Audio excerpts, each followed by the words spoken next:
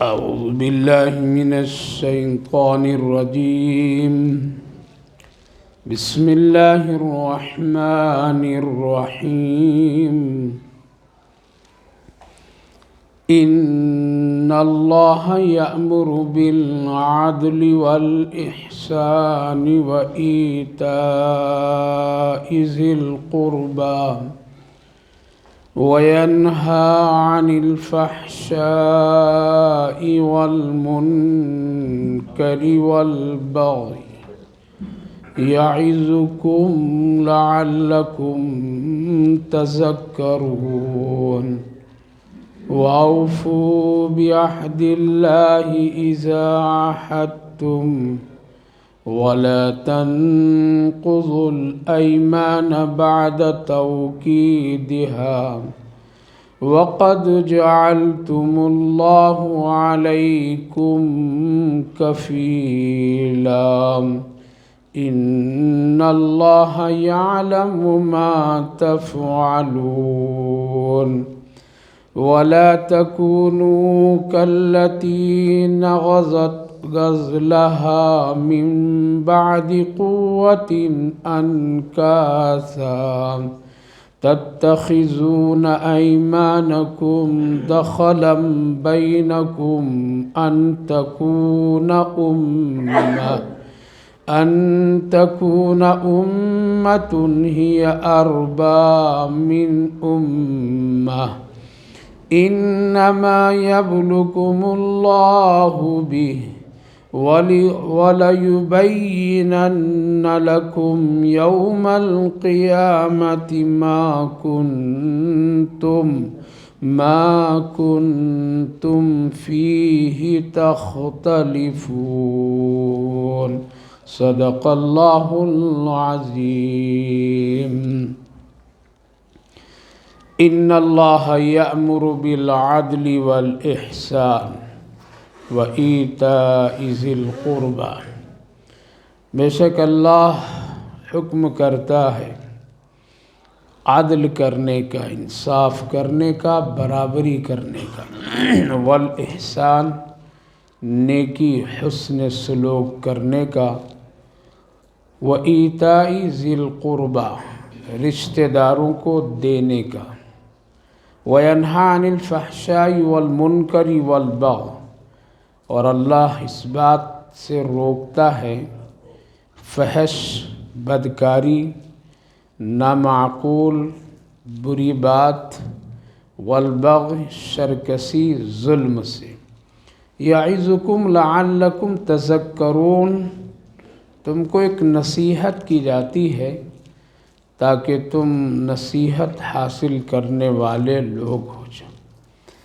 بھائی اور بزرگوں، گزشتہ مجلس میں اسی آیت کریمہ کے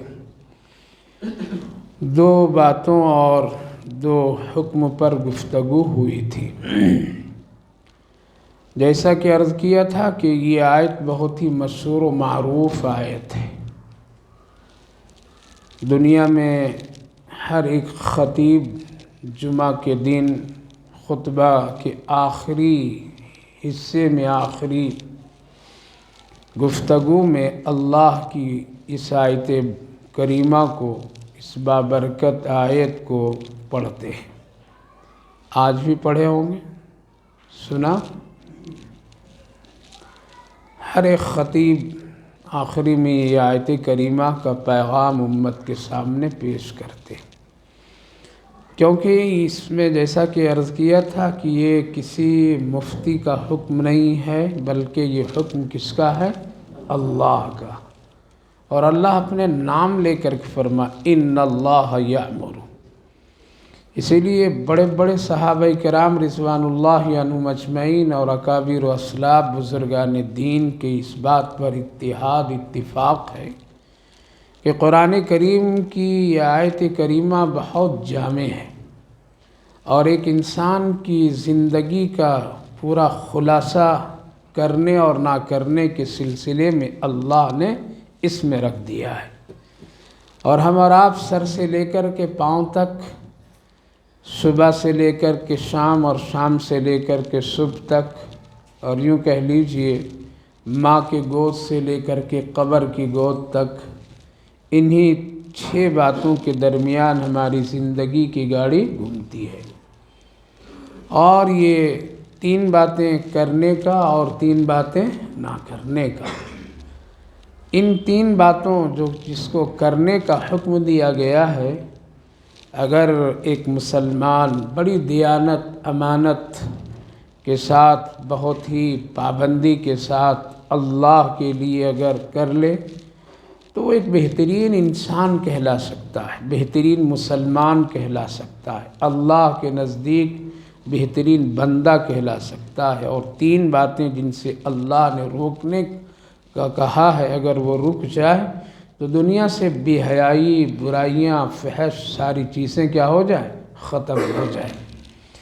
اللہ تعالیٰ فرمائے ان اللہ یأمر بالعدل، تم کو حکم کرتا ہوں عدل کرو، برابری کرو ہر ایک کے ساتھ، چاہے تمہارے ساتھ تمہارے ماں باپ کیوں نہ ہو، تمہارا قریبی رشتہ دار کیوں نہ ہو، ہر ایک کے ساتھ عدل کا معاملہ کرو، برابری کا معاملہ کرو۔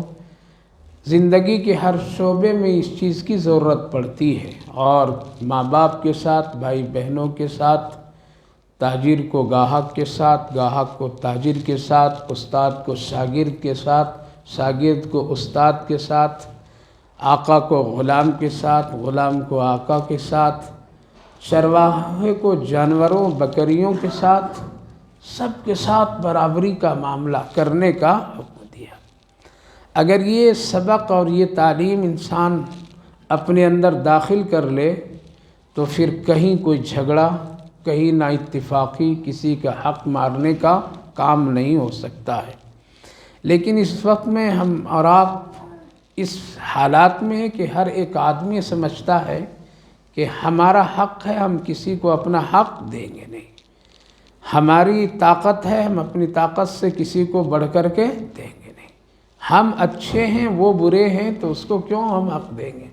لہٰذا یہ سوچ جو شیطانی سوچ ہے، جس کی وجہ سے کبھی کبھی عدل اور انصاف، برابری سے ہم اور آپ محروم ہو جاتے ہیں اور ایک گناہ کے دلدل میں انسان پھنس جاتا ہے۔ لہٰذا اللہ بھی اپنے بندوں کے ساتھ عدل اور انصاف کا معاملہ کرتا ہے، جبکہ وہ احکم الحاکمین ہے، وہ پوری طاقت رکھتا ہے، جس کو جیسا چاہے وہ کر دے۔ لیکن اللہ رب العالمین اپنے بندے کمزور کے ساتھ بھی عدل کا معاملہ کرتا ہے، برابری کا معاملہ کرتا ہے، کبھی اس کے ساتھ کوئی ہیرا پھیری نہیں ہونے دیتا ہے جتنا، بلکہ اللہ رب العالمین اپنی رحمت سے اس سے بڑھ کر کے اس کے ساتھ معاملہ عدل فرماتا ہے۔ اس لیے جب اللہ کا یہ عمل ہے، اللہ کا یہ حکم ہے، تو ہم کو اور آپ کو تو کرنا چاہیے، چاہے اپنی جان، اپنا جسم، اپنا بدن، اپنے گھر، اپنے فیملی اور اپنے تمام پہلوؤں پر اس کا خاص خیال رکھنا چاہیے۔ اس پر میں نے گزشتہ مجلس میں بہت تفصیل کے ساتھ گفتگو کی۔ دوسری چیز اللہ نے فرمایا تھا والاحسان، عدل سے بھی بڑھ کر کے ایک تمہارے ساتھ کیا ہے؟ احسان، یعنی عدل برابری ہے لیکن اس سے بھی ذرا آگے بڑھ کر کے کوئی کام کرو۔ جیسے ایک آدمی کی ملازمت 8 گھنٹے کی ہے، لیکن وہ کچھ بڑھ کر کے کام کرتا ہے تو کمپنی اس کو کچھ بڑھ کر کے دیتی ہے، یہ کیا ہوا؟ اس کے ساتھ احسان، یعنی اس کی محنت کا، اس کی اجرت، اس کے وقت کا وہ پورا، تو اس سے بھی بڑھ کر کے آدمی کو کام کرنا چاہیے، یعنی عدل سے بھی بڑھ کر کے آدمی انصاف، نیکی۔ حضرت جبریل علیہ السلام سے اللہ کے رسول صلی اللہ علیہ وسلم نے پوچھا، اے جبریل احسان کیا چیز ہے؟ بخاری شریف کی حدیث پاک، احسان کیا ہے؟ تو احسان میں جو پہلا جملہ حضرت جبریل علیہ السلام نے رسول اللہ صلی اللہ علیہ وسلم کے سامنے عرض کیا، یا رسول اللہ احسان کا مطلب ہے ایمان۔ کیا ہے؟ ایمان، یعنی ایمان جس طرح سے اللہ لانے کے لیے کہا ہے اسی طرح ایمان لاؤ، یہ پہلی سیڑھی اور پہلا کام ہے۔ ایمان اگر ٹھیک ہے تو معاملات بھی پورے ٹھیک ہوں گے۔ اس کے بعد بہت ساری چیزیں محدثین ذکر کرتے ہیں احسان کیا ہے، احسان کس کو کہتے ہیں، جس کو میں نے بہت ہی سہل انداز میں مثال دے کر کے گزشتہ مجلس میں بتایا تھا۔ جیسے ایک آدمی تولتا ہے، ناپ تول کرتا ہے، دیتا ہے برابر، ترازو میں کوئی کمی نہیں، لیکن پھر بھی وہ سوچتا ہے کہ کچھ اور نیکی کر لے، تو دینے کے بعد بھی کچھ ایک مٹھی چٹکیوں سے لے کر کے اور ڈال دیتا ہے۔ اس کو کیا کہتے ہیں؟ احسان۔ یعنی کیا ہے تو برابر، ترازو بالکل ٹھیک ہے، عدل ٹھیک ہے، لیکن کیا کیا؟ تھوڑا سا اور بڑھا کر کے اس نے دے دیا، یہ ہوا احسان۔ اور یہ شریفوں کا کام ہے، یہ اچھے مسلمانوں کا کام ہے، اچھے اخلاق اور کردار والوں کا کام ہے کہ کوئی آدمی ڈرتا ہے کہ کہیں ایسا نہ ہو کہ کہیں کوئی کمی ہو جائے تو یہ کمی کیا ہو جائے؟ پوری ہو جائے، اس کو احسان۔ اور بہت ساری ایسی مثالیں، نفل و نمازیں جتنی بھی ہے اس کا بھی تعلق کس سے ہے؟ احسان۔ جیسے ہم لوگ میاں فرض پڑھ لیا تو پڑھ لیا، اتنا کر لیا کافی ہے، یہ کافی نہیں ہے، بلکہ آپ احسان آگے بڑھ کر کے کچھ نیکیاں کیجیے، سنتیں پڑھیے، تہجد کا بھی پڑھیے، وابین پڑھیے، اشراق پڑھیے، قرآن پڑھیے، یہ سب آگے کی نیکی اللہ رب العالمین کی طرف سے ایک گویا کہ گفٹ ہے، تحفہ ہے، لہٰذا احسان کا معاملہ ہمیشہ بڑھ چڑھ کر کے کرنا چاہیے۔ ایک آدمی مجبور ہے، ہمارا اس سے کوئی تعلق نہیں ہے، لیکن اس کی مجبوری نے ہمیں اس کے ساتھ ہمدردی کرنے کی طرف کھینچ، اور یہ اللہ اور اللہ کے رسول کا ایک حکم، لہٰذا ایک آدمی بڑھ کر کے اس کے ساتھ ہمدردی کا معاملہ کرتا ہے، اس کو کہتے ہیں احسان۔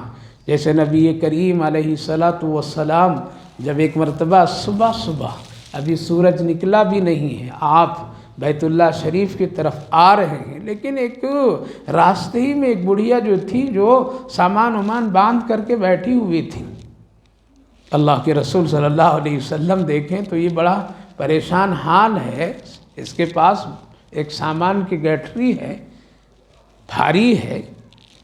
نبی کو دیکھ کر کے وہ رسول اللہ صلی اللہ علیہ وسلم سے کہتی ہے، بیٹا ذرا پہنچا دیں ہماری منزل تک کے، تجھے ہم اجرت دیں گے، مزدوری دیں گے۔ اللہ کے رسول صلی اللہ علیہ وسلم کہا کہ ٹھیک ہے، یہ کام کر دیں گے، حالانکہ آپ کے لیے ضروری نہیں یہ کام کرنا، آپ کہہ سکتے تھے کہ ہم یہ کام نہیں کریں گے، آپ پوچھ سکتے تھے کہ کیا ہے نہیں ہے اس میں، اور اس بڑھیا نے، علماء کرام لکھتے ہیں کہ اس میں اپنا سب بوت وغیرہ دیتا ہوں سب بھر رکھی تھی اس میں، اور بیزار ہو کر کے اس شہر سے نکل کر کے دوسری جگہ جانا چاہ رہی تھی۔ اللہ کے رسول صلی اللہ علیہ وسلم نے ہمدردی شفقت کرتے ہوئے آپ نے کہا کہ ٹھیک ہے، تمہارے منزل مقصود تک ہم پہنچا دیتے ہیں، اور آپ اپنے سر پر رکھا اور بتاؤ کہاں تک لے جانا ہے، آپ لے کر کے چلیں، اور جہاں تک اس نے بتائی اور جس منزل تک کہ اللہ کے رسول صلی اللہ علیہ وسلم نے وہاں تک پہنچایا۔ یہ کیا ہوا؟ یہ احسان۔ پہنچانے کے بعد میں اللہ کے رسول صلی اللہ علیہ وسلم سے بڑھیا ذرا مزدوری کے طور پر کچھ دینا چاہتی ہے، لیکن بار بار رسول اللہ صلی اللہ علیہ وسلم کو دیکھتی ہے، اتنا اچھا بچہ، نوجوان، خوبصورت، دینا چاہتی ہے۔ اللہ کے رسول صلی اللہ علیہ وسلم فرمائیں نہیں، مجھے مزدوری نہیں چاہیے، اتنا کام تو ہم لوگوں کا کرنے کرانے کا ہے، نہیں مجھے مزدوری نہیں چاہیے، اجرت نہیں چاہیے، اور کوئی کام ہے تو بتاؤ کر دیتا ہوں، لیکن ہمیں اجرت نہیں چاہیے۔ حالانکہ حق ہے، آپ مزدوری لے سکتے ہیں، حق ہے آپ اس محنت کا اجرت لے سکتے ہیں، لیکن احسان کر رہے ہیں آپ، اور آپ نہیں فرمائے نہیں مجھے نہیں چاہیے۔ بڑھیا بہت ضد کرنے لگی، لیکن آپ صلی اللہ علیہ وسلم انکار کیے۔ جب وہ انکار کر دیے تو بڑھیا دیکھ کر کے کہنے لگے بیٹا تو بڑا خوبصورت ہے، بڑا بھولا بھالا لگ رہا ہے، تیرے چہرے پر بڑی نورانیت ہے، بھولا پن ہے، کیا نام ہے؟ کچھ نصیحت میری یاد رکھ لو، تم جا رہے ہو پھر واپس، میں معلوم وہاں سے یہاں کیوں آ گئی، میں اس لیے آ گئی کہ محمد نام کا کوئی نبی کا دعویٰ کیا ہے، ہمارے بتوں کے خلاف روز بولا کرتا ہے، اس لیے سارے بت اٹھا کر کے میں یہاں آ گئی ہوں تاکہ اب تنہائی میں ان کی عبادت کروں، اس لیے بیٹا واپس جانا تو کبھی بھی اس کے پاس نہیں جانا۔ اللہ کے رسول صلی اللہ علیہ وسلم نے فرمایا اس کا نام محمد بن عبداللہ۔ اللہ کے رسول فرمایا میں ہی محمد بن عبداللہ ہوں جو تمہارے سامان یہاں تک پہنچایا۔ بڑھیا کہنے لگی کہ اگر تو ہے تو جھوٹا کبھی بھی نہیں ہو سکتا ہے، نہ تیرا دین جھوٹا ہوگا۔ ایمان لائی، عرض یہ کرنا ہے کہ آدمی کبھی کبھی اپنی حیثیت اپنے مقام سے نیچے اتر کر کے کیا کرنا، کام کر لینا، یہ ہے احسان، یہ احسان۔ اور یہ احسان صرف باہر والوں کے لیے نہیں ہے، بلکہ آپ اپنے گھر میں بھی کیجیے، آپ اپنی بیوی کے ساتھ بھی کیجیے۔ بیوی اگر بیمار ہو جائے خدا نخواستہ تو اس کے ساتھ ہمدردی کیجیے، ضرورت پڑے اس کی خدمت کیجیے، آپ کی شان نہیں ختم ہو جائے گی، آپ گر نہیں جائیں گے، آپ بے آبرو نہیں ہوں گے، آپ بے عزت نہیں ہوں گے۔ اور یہ تو ہم سب کے آقا صلی اللہ علیہ وسلم کی سنت ہے کہ آپ اپنے ازواج کے ساتھ میں اس طرح کے عمل فرماتے تھے، آپ صلی اللہ علیہ وسلم ہاتھ بٹاتے تھے۔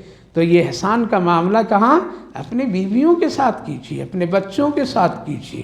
ہمیشہ حکم مت چلائیے گھروں میں، ایک گلاس اگر پانی پینا ہو تو حکم میں نہ رہیے، بلکہ کبھی بڑھ کر کے خود کر لیجئے۔ یہ کیا، یہ احسان ہے۔ تو احسان کا دائرہ، احسان کی نیکی اس قدر پھیلی ہوئی کہ جہاں چاہیں آپ کر لیں، جس کے ساتھ کرنا چاہیں کر لیں، جس کے ساتھ آپ وہ نیکی اور ہمدردی کا کام کرنا چاہیں، احسان کی نیکی کما سکتے ہیں۔ گھر میں، باہر، دوستوں میں، لوگوں میں، ہر ایک کے ساتھ یہ کام کر سکتے ہیں۔ اس لیے اللہ نے عدل سے بڑھ کر کے ایک نیکی کا درجہ دیا ہے، اس کا نام کیا ہے، احسان ہے۔ اس کو جہاں جہاں فٹ کریں گے وہاں وہاں یہ فٹ ہوتا جائے گا اور نیکی کا سلسلہ ملتا رہے گا۔ آگے اللہ نے فرمایا تیسرا حکم، وَإِيتَاءِ ذِي الْقُرْبَى، یعنی اللہ حکم دے رہا ہے احسان کا معاملہ زیادہ تر کس کے ساتھ کرنا، اپنے رشتہ داروں کے ساتھ، کچھ دے کر کے، ایتا عطا کر کے، کچھ دے کر کے، ضرورت پڑے تو ان کے ساتھ میں مالی تعاون، زبانی ہمدردی، ہاتھ سے تعاون، ہاتھ کی ہمدردی۔ پہلا درجہ کس کا ہے، رشتہ داروں کا، رشتہ داروں کے ساتھ۔ کیوں عام طور پر میں آج بھی ہو رہا ہے اور ہوتا تھا کہ آدمی باہر تو بڑے اچھے نظر آتے ہیں، باہر جاؤ، آ جاؤ، اس کو بھی چائے پلاؤ، اس کو بھی کھانا کھلا دو، اس کے ساتھ بھی بڑے مسکرا کر کے باتیں، اس کے ساتھ میں بڑی ہمدردی کی باتیں، لیکن آدمی کے اخلاق گھر میں گڑبڑ ہوتا ہے۔ یہاں دینا نہیں چاہتا، یہاں شیطان روک دیتا ہے۔ یہاں انسان کو اپنوں کے ساتھ میں ہمدردی کرنا اس کو ایک مجبوری بنا دیتا ہے۔ اس لیے شریعت نے، اللہ نے حکم دیا کہ پہلا کام نیکی کا، احسان کا، کس سے، مال سے کرو۔ اگر ضرورت پڑے تو پھر کیا کرو، تو اپنے بھائی بہنوں، ماں باپ، اپنے بچوں کے ساتھ میں دینے لینے کا خوب اچھا رکھو۔ پہلے یہاں دو، پھر بعد میں، اس کے بعد کہیں جانا۔ ایسا نہیں کہ باہر تو بڑی اچھی تیری مجلسیں ہیں اور گھر میں آؤ تو یہاں تیرے رہن سہن ٹھیک نہیں ہے۔ اس لیے اللہ رب العالمین گھر کا حکم دیا ہے۔ اور عام طور پر میں یہی آج کل ہو رہا ہے، باہر سخی نظر آتے ہیں، باہر بہت اچھے نظر آتے ہیں، لیکن گھر میں آئیے تو بچے بھی باپ سے ڈر رہا ہے، بیوی بھی ڈر رہی ہے، گھر والے بھی ڈر رہے ہمارے بد اخلاقیوں کی وجہ سے۔ ہم اپنے گھر میں کچھ خرچ کرنے کے لیے رشتہ داروں میں پسند تک کے نہیں کرتے ہیں۔ اس لیے آقا کریم صلی اللہ علیہ وسلم نے بڑی تاکید فرمائی۔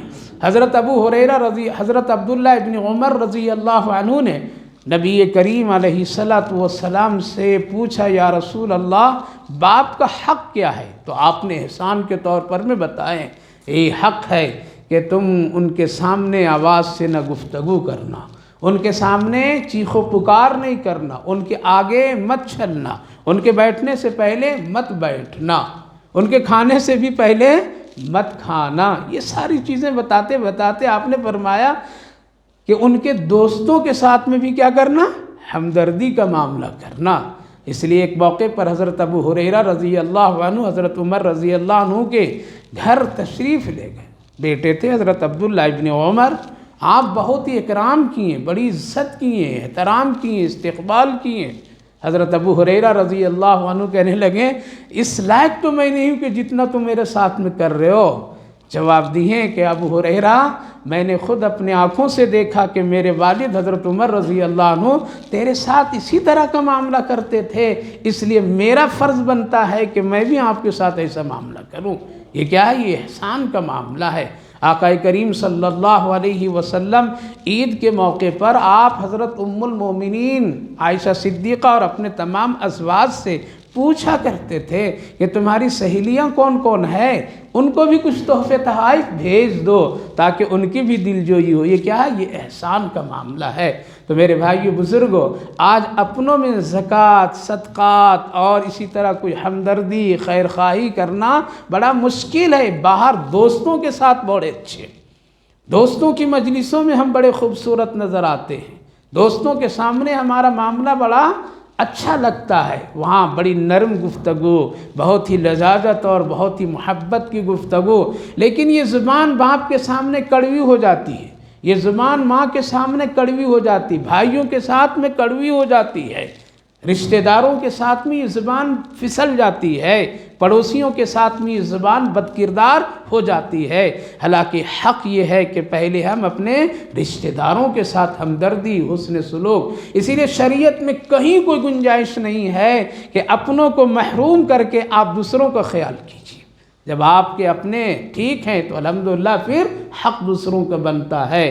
تو اللہ تعالیٰ نے فرمایا میں تم کو 3 باتوں کا حکم دیتا ہوں، اور یہی 3 چیز ہے ہماری زندگی کے لیے، جس کی رشتہ داری اور جس کے خاندان ہے وہ آدمی بڑا خوش ہے، اس کے ساتھ میں ایک دوسرے کے ساتھ میں محبت، پیار، یہ ہمدردی انسان کی ایک بہت ہی شرافت والی زندگی ہے۔ لہٰذا اگر ہم اپنوں میں اچھے ہیں، خاندان میں اچھے ہیں، تو ایک خوشحالی کی اور ایک برکت کی زندگی ہوتی ہے۔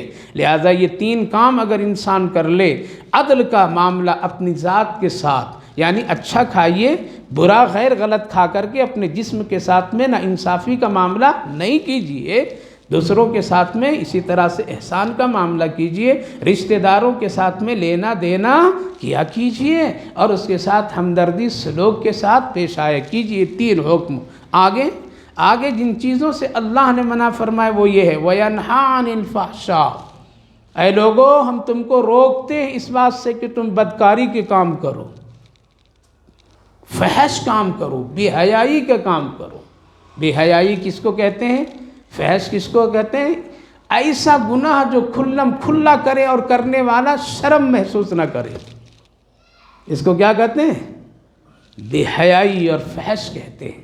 ایسا گناہ جو گناہ کرنے والا علل اعلان کرتا ہو، علل اعلان کرتا ہو، اور اس گناہ پر اس کو ذرہ برابر بھی شرمندگی نہیں ہوتی ہو، بلکہ اس پر وہ فخر کرتا ہو، لہذا اس کو کیا کہتے ہیں؟ بے حیائی، فحش کہتے ہیں۔ اللہ رب العالمین اس سے روک رہا ہے۔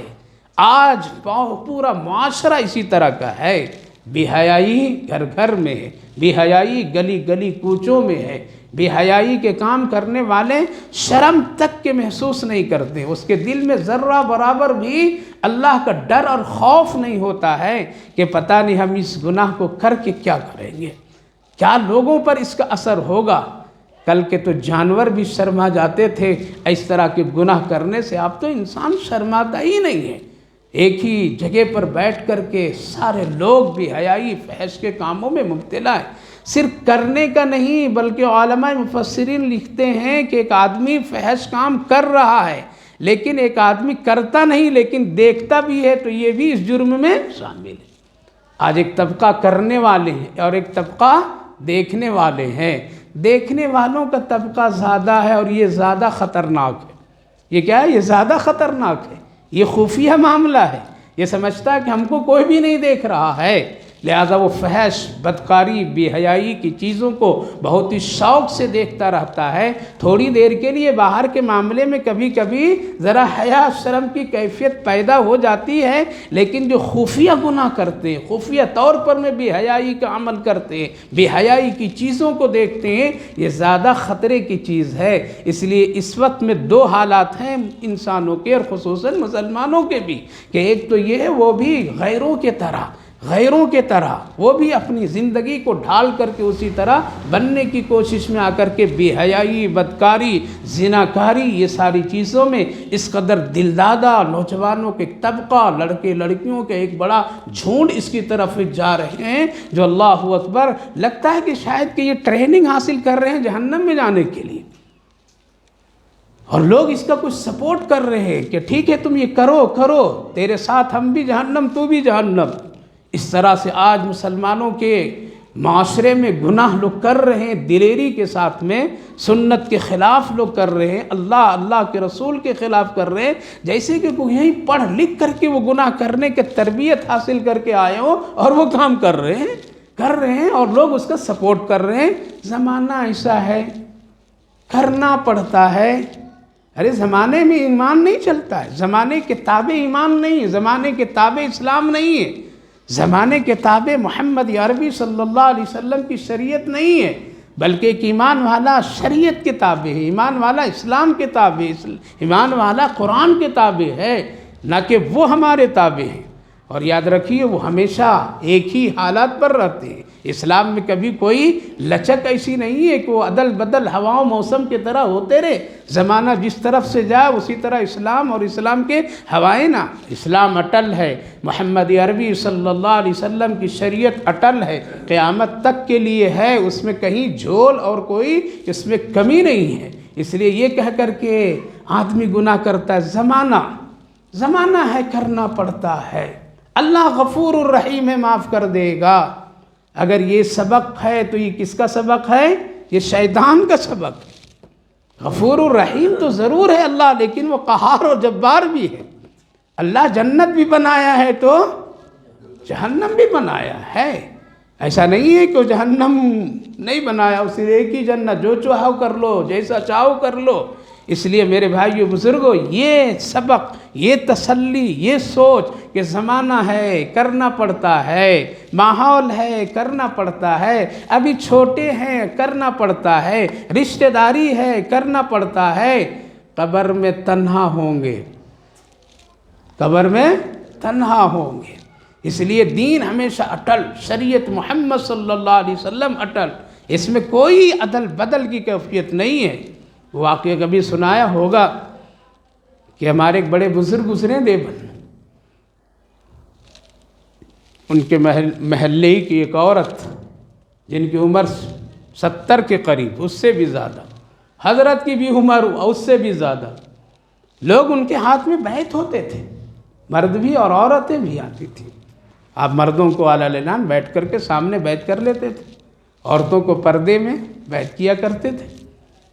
وہ عورت کو جلدی گھر کے قریب، اور محلے والے لوگ تو نہیں سمجھتے ہیں نا، کیونکہ یہ بزرگ دیر میں آتے ہیں ذہنوں میں کہ چلو ہم بھی کر لیں، لہذا وہ خاتون اسی طرح سے کہنے لگے کہ ارے مولوی مجھے بھی بیعت کر لو، دیکھ رہا ہوں کہ تم بہت ساری عورتوں کو بیعت کر کے اصلاح کر رہے ہیں، مجھے بھی بیعت کر لو، میں بیعت ہونا چاہتی ہوں۔ بیعت کے مطلب سمجھیں؟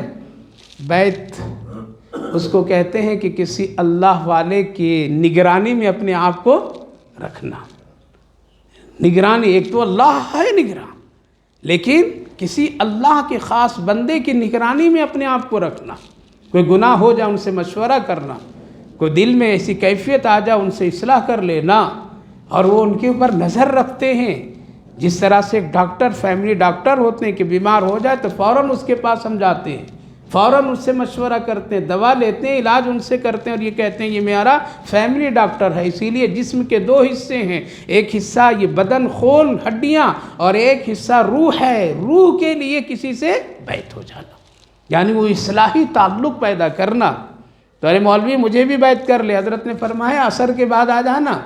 جب وہ آ گئی تو کہا کہ جنانے خانے میں بیٹھو، پردے خانے میں، بیعت کرتا ہوں ابھی تھوڑی دیر میں۔ کہا کہ وہاں پردے میں جانے کی کیا ضرورت، تیرے محلے کیوں ہوں، ایک ساتھ بچپنا ہم دونوں کا گزرا ہے، ہم کو تو ایسے ہی کر لو، میں تم کو بھی جانتی ہوں اور تو بھی مجھے جانتا ہے۔ پردہ تو وہاں ہے اجنبیوں کے ساتھ میں، ہم اور تم تو ایک محلے کے خاندان گھر والے لوگ ہیں، اس طرح۔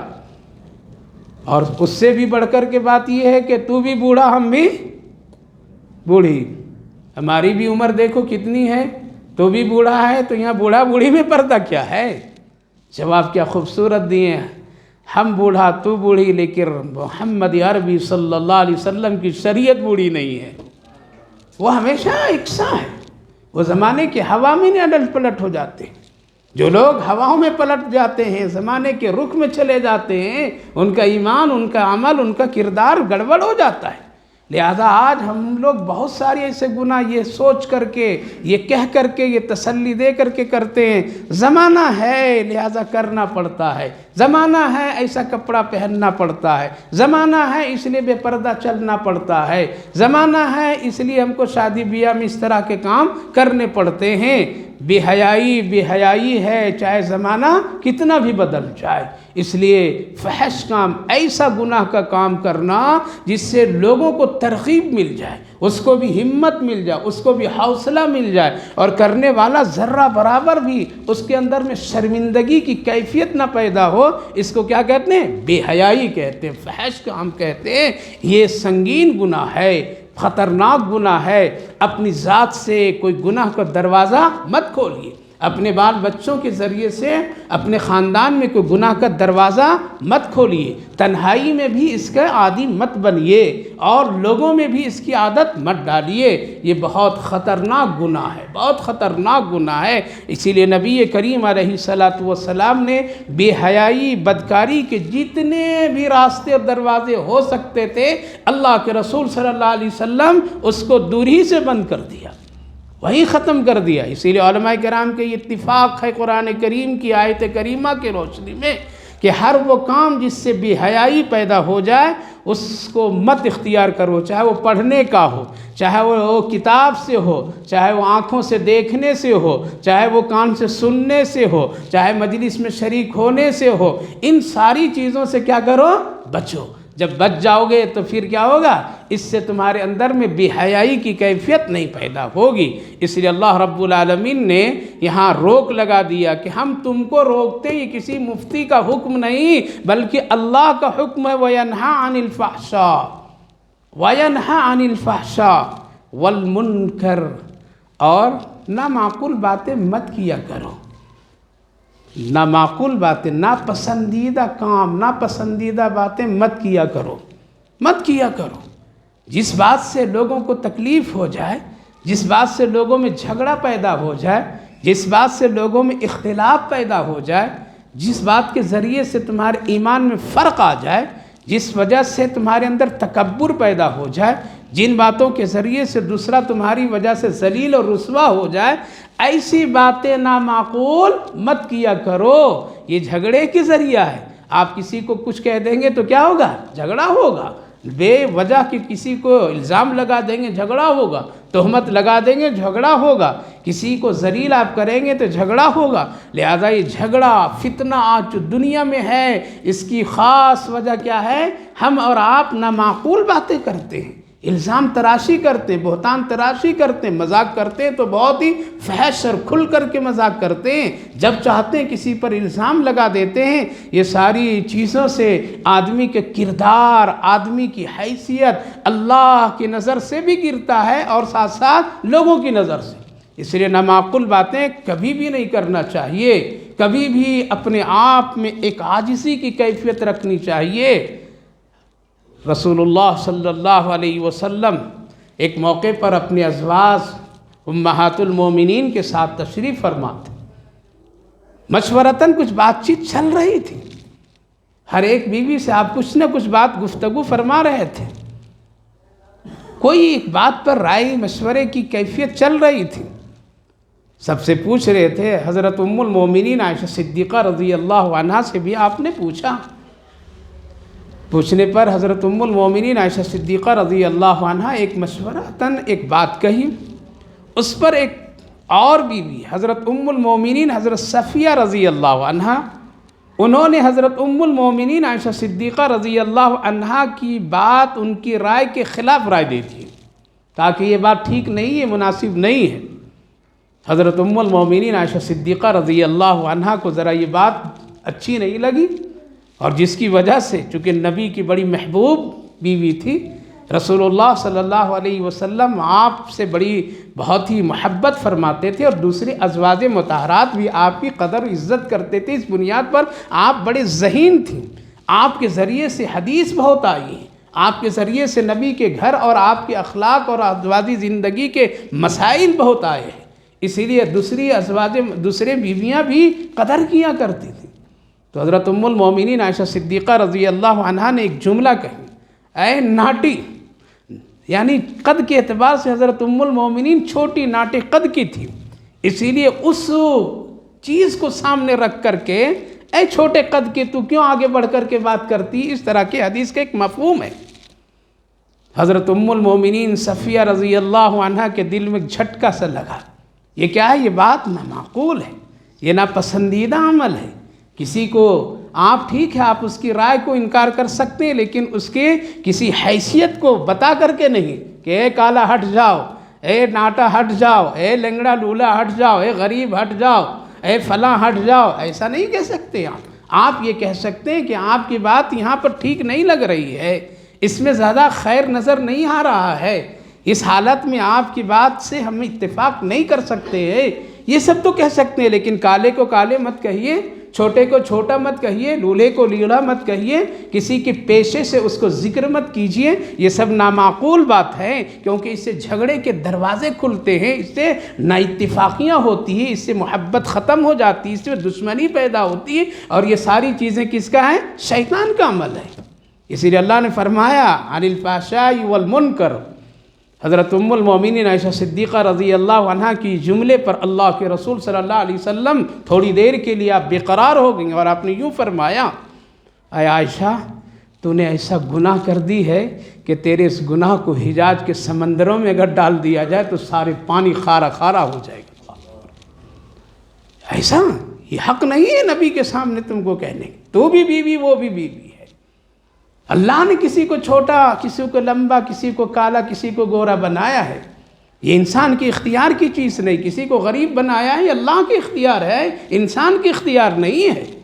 اس لیے عائشہ تم نے جو گناہ کی ہے، اگر اس گناہ کو حجاز کے سمندروں میں ڈال دیا جائے تو سارے پانی خارا خارا ہو جائیں گے، اور اس کی ایک اثر ہوگا۔ پتہ چلا کہ اللہ کے رسول صلی اللہ علیہ وسلم بھی نامعقول، ناپسندیدہ گفتگو سے منع فرمایا۔ آج ہماری زبان ہے، جس کو جو چاہتے ہیں کہہ دیتے ہیں، ہماری زبان ہے، جو چاہتے ہیں ہم کسی کے بارے میں کچھ رائے کر دیتے ہیں، اور یہ سمجھتے ہیں ہماری طاقت ہے، ہم کو کون بولنے والا ہے، اور یہ سب لوگ کرتے ہیں، سب لوگ کرتے ہیں، اچھے دیندار سمجھنے والے لوگ بھی کرتے ہیں۔ وہ کبھی بھی جب بولنے پر آ جاتے ہیں میرے بھائیو بزرگوں، وہ کسی کو نہیں سمجھتے ہیں، چاہے وہ عالم صاحب ہو یا مفتی صاحب ہو، امام صاحب ہو، مؤذن صاحب ہو، ماں باپ ہو، کوئی بھی ہو، سب کو ایک ساتھ میں وہ لائن میں کھڑا کر دیتے ہیں، نہیں سمجھتے ہیں میں ابھی عہدے پر ہوں، میری ابھی طاقت ہے، میری ایک پوزیشن ہے، میرا یہ عمل ہے۔ یہ سب قبر میں کچھ بھی چلنے والی نہیں ہے۔ اس لیے نامعقول بات کسی کا نام، کسی کا گھٹیا سمجھ کر کے نہیں بلانا چاہیے۔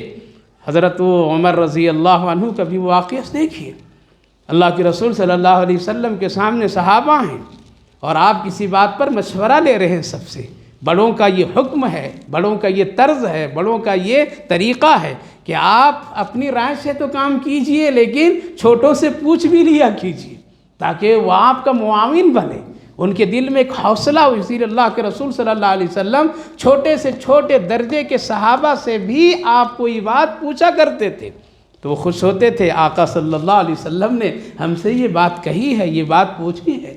تو اسی لیے اللہ کے رسول صلی اللہ علیہ وسلم ایک محفل، ایک مجلس میں آپ سب سے کچھ نہ کچھ رائے لے رہے تھے۔ باری جب آئی حضرت بلال حبشی رضی اللہ عنہ، پوچھا بلال تیری اس میں کیا رائے ہے؟ انہوں نے بھی ایک رائے دے دی، لیکن اس سے پہلے جو رائے لی گئی تھی وہ کس کی تھی؟ حضرت عمر رضی اللہ عنہ کی۔ اتفاق ایسا ہوا کہ حضرت عمر رضی اللہ عنہ نے جو بات کہی تھی اس کا الٹا حضرت بلال حبشی کہہ دی۔ حضرت عمر رضی اللہ عنہ کو فطرت ہے، انسان کتنے درجے پہ آ جائے لیکن کبھی نہ کبھی چک، انہوں نے بھی کہا کہ اے کالا کلوٹا بلال، زیادہ بڑھ چڑھ کر کے بات مت کرو، یعنی حدیث کے ایک مفہوم اپنے سمجھانے کے لیے کرو، حدیث کے تو جملے بڑے مختصر اور جامع ہیں، لیکن اس کا مفہوم یہی ہے، یعنی تم تو ایک غلام ہو، تم یہاں کبھی نہیں رہنے والے ہو، اور پھر ہماری بات کو کاٹ کر کے آ رہے ہو، آگے بڑھنا چاہتے ہو، خاموش ذرا پیچھے رہو۔ بس اتنا کہنا تھا، یہ انداز، یہ رخ اختیار کرنا تھا۔ اللہ کے رسول صلی اللہ علیہ وسلم دیکھیں حضرت عمر رضی اللہ عنہ کی طرف اور یہ فرمائے، عمر تیرے سینے سے جہالت کی بو ابھی آ رہی ہے۔ وہ عمر جس کو اللہ کے رسول نے مانگ کے لیا ہے، جس کی شان یہ ہے، جس سے اسلام کو بلندی فتح ملی ہے، کیا فرمایا؟ ابھی بھی تیرے سینے سے جہالت کی بو آ رہی ہے۔ ایسی گفتگو، ایسا انداز کرنا یہ جاہلوں کا کام ہے، اچھے لوگوں کا کام نہیں ہے۔ آج تو ہم لوگ دھڑلے سے کہتے تھے یہ باہر والا آیا ہے، اس کا کیا حق ہے بولنے کا؟ یہ کرایہ دار ہے، ہم مالک مکان ہیں، اس کا کیا حق ہے گلی کوچوں میں بولنے کا؟ یہ تو ان پڑھ جاہل ہے، ہم تو پڑھے لکھے ہیں، ہم تو پوسٹ رکھتے ہیں، ہم تو امریکہ اور لندن سے پڑھ کر کے آئے ہیں۔ میرے بھائیو بزرگو، اللہ کے نزدیک کون سی بات گرا دے اور کون سی بات سے اونچائی عزت مل جائے وہ اللہ ہی جانتا ہے۔ اس لیے خبردار، کبھی بھی اپنی زبان سے کسی کو ذلیل حقیر نہیں۔ اللہ کے رسول صلی اللہ علیہ وسلم کا یہ کہنا تھا، حضرت عمر بے چین بے قرار ہو گئے اور حضرت بلال حبشی رضی اللہ عنہ کا جو دل ٹوٹا، آپ پھر اس مجلس میں نہیں رہے بلکہ کہہ کر فوراً نکل گئے۔ صدمہ، جو جتنا اللہ کا پیارا ہوتا ہے اللہ جلدی فیصلے بھی کر دیتے ہیں۔ اللہ کے رسول صلی اللہ علیہ وسلم کے کہنا تھا، حضرت عمر بھاگے بلال کے پیچھے پیچھے۔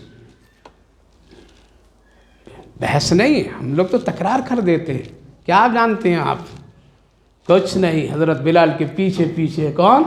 وقت کا عمر بھاگ رہے ہیں۔ حضرت بلال اپنے آگے آگے جا کے جلدی سے پکڑتے ہیں، بلال معاف کر دو، مجھے معاف کر دو۔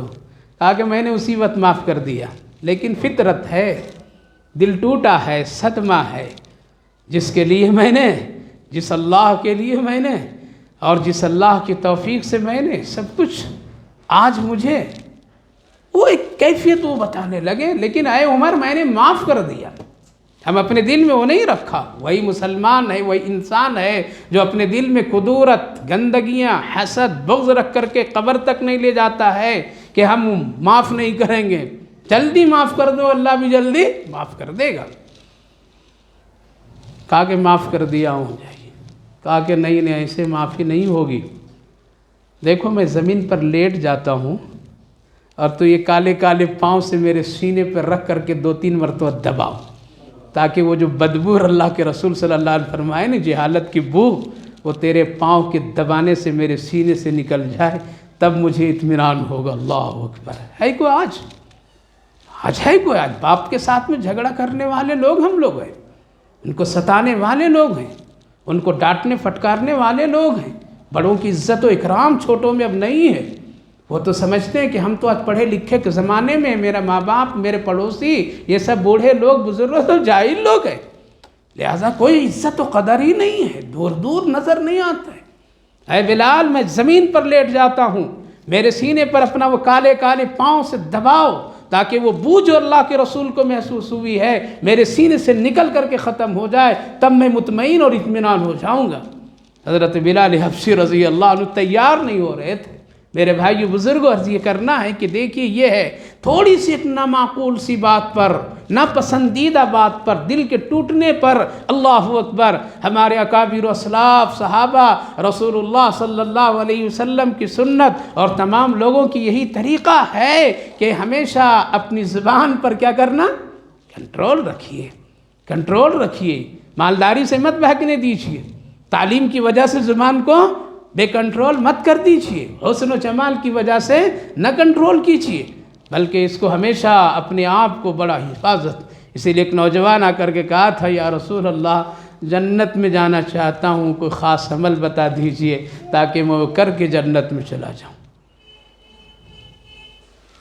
آپ نے نہیں فرمایا کہ قرآن خوب پڑھو، آپ نے یوں نہیں فرمایا جہاد میں چلے جانا، آپ نے یوں نہیں فرمایا تہجد خوب پڑھو، آپ نے یوں نہیں فرمایا صدقہ خیرات خود کر، آپ نے یوں نہیں فرمایا یہ کام کرو، گھر سے نکل جاؤ اور جا کر کے دین پھیلاؤ، جنت میں چلے جاؤ گے، تہجد پڑھو، جنت میں چلے جاؤ گے۔ یہ سب اپنا انفرادی ایک عمل ہے، اس سے بھی جنت ملے گی، لیکن اس وقت اللہ کے رسول صلی اللہ علیہ وسلم کیا فرماتے ہیں؟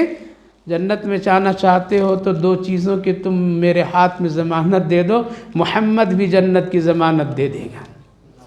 کہا کہ یا رسول اللہ فرمائیے، پورا وجود آپ کے حوالے ہے، جان مال سب حوالے ہے۔ کہا کہ دو ہی چیز دے دو، میں جنت کی ضمانت محمد دے دیتا آج۔ اور آپ نے فرمایا یہ زبان اور شرمگاہ، یہ دو چیزوں کی تم حفاظت کر لو، محمد تجھے محشر میں ڈھونڈ کر کے جنت میں داخل کرا دے گا۔ اللہ، آج پوری دنیا میں جو بگاڑ ہے اسی سے ہے، فحش بے حیائی، شرمگاہوں سے جو بے حیائی کے دروازے کھل گئے ہیں۔ اللہ اکبر، تعلیم کے نام پر بے حیائیاں ہو رہی ہیں۔ ہم اور آپ سمجھتے ہیں ہمارے بچے بڑے اچھے پڑھ لکھ رہے ہیں، لیکن بے حیائے مر رہے ہیں۔ لڑکیاں کالجوں میں جا کر کے وہ تعلیم کے سائے میں، تعلیم کی آڑ میں وہ بے حیاء اور مرتد کے دہانے پر چلی جا رہی ہے۔ کیا دیکھ نہیں رہے میرے بھائیو بزرگوں؟ اس لیے ایسی تعلیم جس سے بے حیائی آ جائے، ایسی تعلیم جس سے آدمی اسلام پر قائم نہیں رہے، ایسی تعلیم جس سے اس کو ماں باپ کی بھی عزت و وقار کی فکر نہ ہو، اس سے بہتر ہے کہ اس کو تم گھر میں بیٹھا کر کے رکھو۔ دو چیز کی ضمانت دے دو، یہ زبان غلط نہیں استعمال ہو، یعنی کسی کو اپنی زبان سے تکلیف نہیں دینا، تکلیف کی جتنی بھی چیزیں ہیں، اور اپنی شرمگاہ کو نہیں بہکنے دینا، حرام کی طرف نہیں لے جانا۔ محمد تجھے، صحابی کہتے ہیں یا رسول اللہ ہاتھ بڑھائیے، مرتے دم تک کہ اس کی کبھی بھی غیر غلط چیزوں میں استعمال نہیں کروں گا۔ وہ جب ایک مرتبہ کہہ دیتے تھے تو اسی پر جینا مرنا کرتے تھے۔ میرے بھائیو بزرگوں، آج ہماری زبان بہک گئی، ہماری شرمگاہیں بہکی ہوئی ہے، جس سے بے حیائی بھی، فحش بھی اور نامعقول باتیں بھی چلتے پھرتے آ رہے ہیں۔ اسی لیے اللہ نے اس پر پابندی لگا دی۔ کیا کیا؟ پابندی لگایا، حکم دیا، بے حیا مت بنو۔ بے حیائی میں بدکاری، زناکاری سب ہے، اور نامعقول بات میں زبان سے کسی کو تکلیف، اذیت اور غیر غلط کام باتیں کہنا یہ بھی ہے۔ اسی لیے حدیث پاک میں ہے کہ زبان کے سلسلے میں صبح جب انسان کی آنکھ کھلتے ہیں نا، تو زبان پورے جسم کے اعضاء سے کیا کرتے ہیں؟ ذرا اس سے معافی تلافی درخواست، اے آنکھ ذرا ٹھیک رہنا تم، اے ہاتھ تم بھی ٹھیک رہنا، پاؤں ٹھیک رہنا، خیالات ٹھیک رہنا، تو بگڑ سب سارے جسم کے اعضاء مل کر کس سے؟ زبان سے۔ اے زبان ذرا تم ٹھیک رہنا، تم ٹھیک رہنا، تم ٹھیک رہو گے تو ہم بھی سلامت، اگر تم گڑبڑ کر دیا تو ہماری بھی خیریت نہیں ہے۔ یہ تو بول کر کے اندر چلی جاتی، کوئی زبان کو پٹائی نہیں کرتا۔ پٹائی کہاں ہوتے؟ سر پر ہوتے، ہاتھ پہ ہوتے، پاؤں پہ ہوتے ہیں، اور یہ اندر بول کر کے اندر ہے آرام سے تماشا دیکھنا ہی۔ اسی لیے آنکھ بھی کہتی ہے تو سلامت تو ہم بھی سلامت، ہاتھ بھی کہتا ہے تو سلامت ہم بھی سلامت، سارا جسم کا اعضاء زبان سے پناہ مانگتی ہے، تو ٹھیک رہنا۔ میرے بھائیو بزرگوں، اسی زبان سے آدمی اللہ کی نظر میں اونچا ہوتا ہے، اسی زبان سے اللہ کی نظر میں گر جاتا ہے۔ تو اللہ تعالیٰ نے فرمایا والمنکر والبغی، اور سرکشی، بدماشی، ہٹ دھرمی، ظلم نہیں کرنا۔ آج ظلم کے دروازے کھلے ہوئے ہیں، لہذا سرکشی اس کو کہتے ہیں کہ ڈٹے رہ جانا، کرتے رہنا، منع کرنے پر وہ گناہ کرتے رہنا، ہم کریں گے، ہم کسی کے قابو میں نہیں آئیں گے۔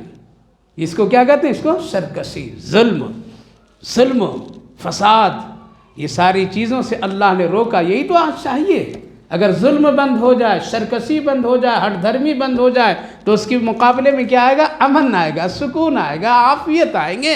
لہذا جتنے سرکشی، بدماشی، ہٹ دھرمی، لہذا امن آتا نہیں ہے، سکون آتا نہیں ہے، انسان کے اندر میں ہمدردی پیدا ہی نہیں ہوتا ہے۔